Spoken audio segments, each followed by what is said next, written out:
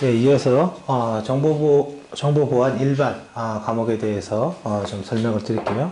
정보보호 일반 과목은 208페이지에 나와 있는 영역부터 있는 거고요. 그래서 정보보호 개요서부터 뭐 접근 통제, 암호화, 그 다음에 PKI 인증, 그 다음에 ISMS 뭐 이런 내용들을 가지고 있는데요. 일단은 뭐 하나하나 잠깐 보면 가장 기본적인 것부터 보죠. 하나가 이제 접근 통제죠. 접근 통제. 그래서 접근 통제를 보기 전에 가장 기본적인 용어를 좀 알아야 됩니다. 그래서 첫 번째는 한번 봐보세요. 접근 통제 정책, 폴리시. 그죠? 액세스 컨트롤 폴리시가 뭐냐? 그 다음에 두 번째, 접근 통제 메커니즘. 메커니즘은 그냥 방법이다 생각하면 됩니다. 그 다음에 접근 통제 모델. 요 세 개를 좀 분명히 하는 게 좋습니다. 첫 번째는 접근 통제 정책이라는 건 우리는 사람별로, 우리는 직원별로 권한을 관리할 거야. 이런 겁니다. 우리는 직원별로. 그러면 그걸 다른 말로 신분 기반 권한 관리라고 하는 거고요. 우리는 어떤 파일에 대해서 이 사람이 쓸 수 있는지 읽을 수 있는지 권한 관리를 할 거야. 그리고 우리는 관리자가 있어서 관리자가 권한을 할당하거나 회수하거나 이런 걸 할 거야. 그러면 관리자가 할당하거나 회수한다. 강제적이죠. 그래서 그걸 뭐라고 그러냐면 말 그대로 강제적 권한관리 그래도 되고 혹은 파일 단위로 그런 파일들을 다른 말로 객체라고 합니다. 그래서 객체 기반 권한관리라고 합니다.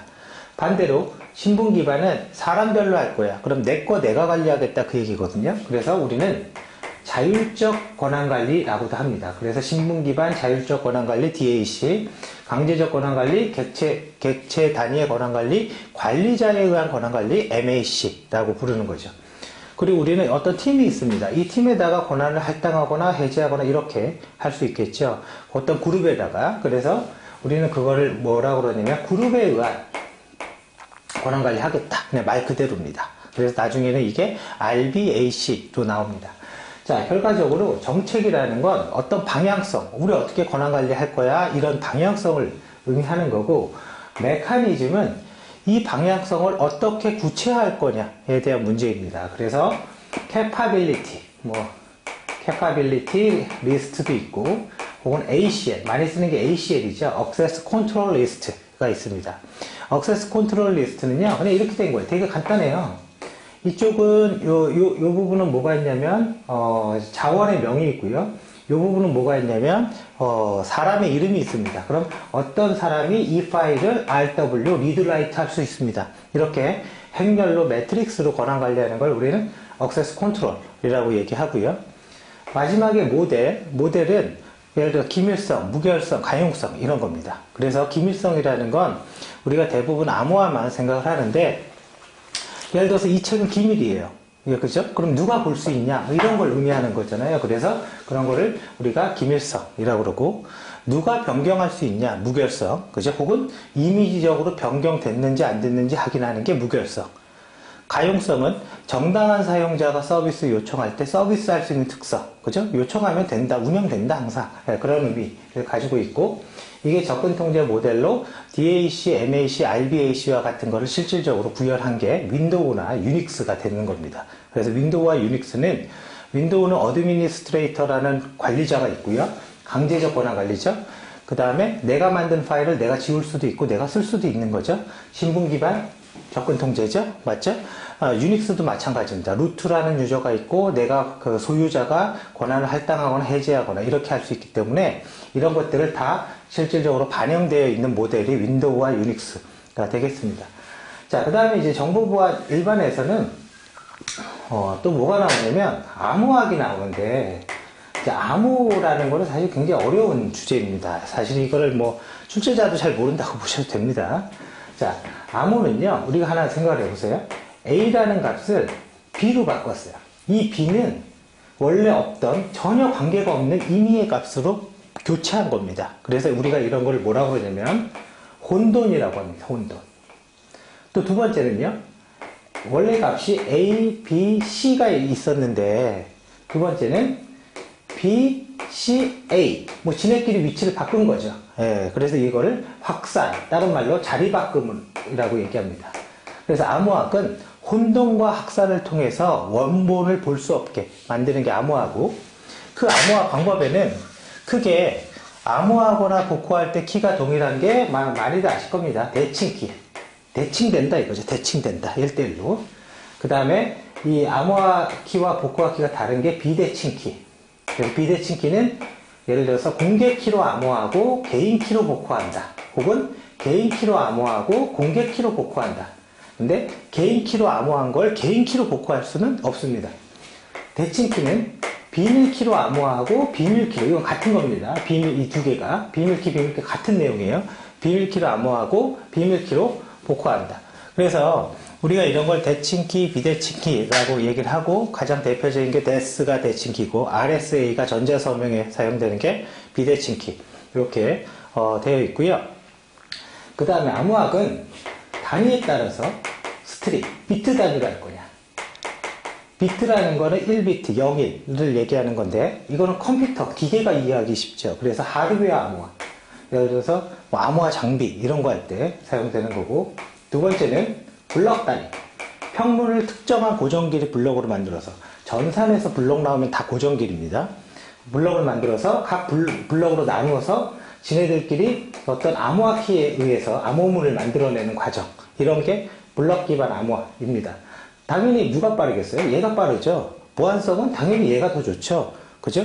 얘는 0일, 0일 갖고 연산하는 거고, 얘는 블럭을 갖고 나눠서 또 연산하고 이러는 게 당연히 얘가 훨씬 더 복잡합니다. 자, 그렇기 때문에 우리가 일반적으로는 블록 암호화 기법을 많이 쓰고요. 기계가 아닌 이상. 그래서 블록 암호화는 이 연산을 이렇게 순서적으로 할 거냐, 아니면 이걸 인풋으로 이렇게 넣고 이렇게 좀 더 복잡하죠. 이렇게 하느냐에 따라서 뭐 ECB, CBC, 뭐 OFB, 그 CRT와 같은 블록 암호화 운영 모드가 나오는 거고, 이거는 알아두셔야 되죠. 교재에 있습니다. 자, 그래서 암호화는 뭐 대략적으로 이런 내용들을 가지고 있고요. 잠깐 이제 교재를 잠깐 보면, 교재에 보면 일단 ISMS는 다음 시간에 다시 하고 제가 넘어가겠습니다. 217페이지 접근 통제가 있죠. 접근 통제 18페이지, 그 다음 패스워드 공격, 뭐 스마트 카드 등등을 가지고 있고요. 그래서 223페이지 접근 통제 기술, 즉 DAC, MAC, RBAC 223페이지에 그거를 설명하고 있는 겁니다. 그래서 그런 내용들을 가지고 있고, 그래서 224페이지 DAC는 임의적 접근 통제, 제일 밑에 있죠. 그 다음에 225페이지 RBAC라는 거는요, 밑에 롤 기반, 권한들의 묶음을 롤 단위로 할당했다, 해제했다. 그러니까 편한 거죠. 보안성이 좋은 건 아닙니다. 권한 관리의 편의성이 좋아지는 권한 관리들을 가지고 있고, 자, 뒤로 넘어가시면 226페이지 그 중간에 Access Control List, Capability List와 Access Control List 있죠? 지금 지우긴 했지만 행렬로 되어 있는, 일반적으로 다 ACL을 많이 사용한다라고 보시면 됩니다. 자, 그래서 이렇게 되어 있고, 다시 뒤로 넘어가셔서 223페이지 보면 대칭키 암호화의 종류, 스트림 단위냐, 블럭 단위냐, 그죠? 하드웨어 비트 단위로 연산을 할 거냐, 아니면 애플리케이션에서 평문을 고정기로 쪼개서 걔네들끼리 암호화를 할 거냐에 따라서 비트와 블럭으로 나눠져 있습니다. 자, 그리고 뒤로 가면 234페이지입니다. 블럭 암호화 기법 ECB, CBC, OFB, CFB, OFB 등이 있는데요. 여기서는 가만히 그림의 화살표만 잘 보면 누구나 이해할 수 있는 겁니다. 그래서 가장 간단한 게 평문을 이렇게 나눠서 그냥 이렇게 암호하고 이렇게 암호하고 이렇게 암호해서 합해버리는 ECB가 가장 간단한 거고, CBC에서는 암호화를 할 때 평문을 이렇게 나눠서 암호화 키랑 암호문을 만들기 전에 초기화 벡터라는 임의의 값을 하나 더 넣어갖고 한번 암호화를 합니다. 그래서 가장 강력한 암호화 기법이다 라고 이야기를 하고 있고요. 자, 그래서 이런 내용들을 가지고 있고요. 그 다음에 우리가 또 이제 하나 더 볼 거는 어디가 있냐면 이제 PKI, 그죠? PKI와 전자서명 부분에 대해서 간략하게 이야기를 드리겠습니다. 뭐 그냥 별거 없습니다. 그냥 공인인증기간. 우리 CA라는 인증서 발급할 때 CA라는 공인인증기관이 있죠. 그래서 이 CA가 뭐 금융결제원도 CA고요. 그 다음에 증권거래소, 그죠? 이런 데가 다 CA 기관입니다. 그리고 CA 밑에 우리가 인증서 발급할 때 금융결제원 들어가서 발급하는 거 아니죠? 예를 들어 은행에 들어가서 발급하죠. 인증서 대행기관이 바로 RA인 거죠. 은행에 내가 회원이 가입됐으니까 그 회원 정보를 통해서 뭔가 이 사람이 진짜 그 사람인지 확인하고 이런 거 해주죠. 그래서 사용자 확인을 대신해 주는 겁니다. 그 다음에 CA는 인증서를 발급해 주는 거고요. 궁극적으로. 그러면 여기는 내가 있는 거죠. 사용자가. 이렇게 요청을 해서 인증서를 발급합니다. 이렇게 발급된 인증서를 우리는 X.509 인증서, 우리가 쓰는 로그인할 때, 은행 로그인할 때 쓰는 걸 X.509 인증서라고 하고, 내가 로그인할 때마다 쭉 이렇게 해서 확인해서 내 인증서가 유효한지 무효한지 확인을 하는데요. 이 인증서가 유효한지 무효한지 확인할 때 우리 인증서의 사용기간이 1년이죠. 기본적으로. 그래서 CRL이라는 인증서 취소 목록. 그래서 얘가 유효하냐 무효하냐 이렇게 확인할 수가 있고, 또 이런 것도 있죠. 나는 은행에서 발급받았는데 내 인증서로 카드사, 증권회사에 로그인을 할 거예요. 그러면 증권회사의 CA가 어디냐면 증권전산이고, 은행의 CA는 금융결제원입니다. 그러니까 기관이 다르다 이거죠. 그래서 이 CA가 이렇게 다른 기관에 이렇게 있을 때 지네들끼리 너 인증서 이거 진짜야 가짜야 물어보주는 게 있는데, 이게 OCSP, 온라인 인증 상태 확인 프로토콜, OCSP로 인증서의 유효성을 확인할 수가 있습니다. 그래서 이런 식의 구조로 되어 있고, 이런 의미들은 전부 다 알아두셔야 되고, X.509가 가지고 있는 정보들, 뭐 인증서, 뭐 키값, 뭐 그다음에 뭐 발급 날짜, 유효 기간, 그죠? 이런 것들까지도 전부 확인을 해 두셔야 됩니다. 자, 그래서 자, 여기까지 일단 보고 다음 시간에는 정보보호 일반의 ISMS 부분에 대해서 리뷰를 하겠습니다.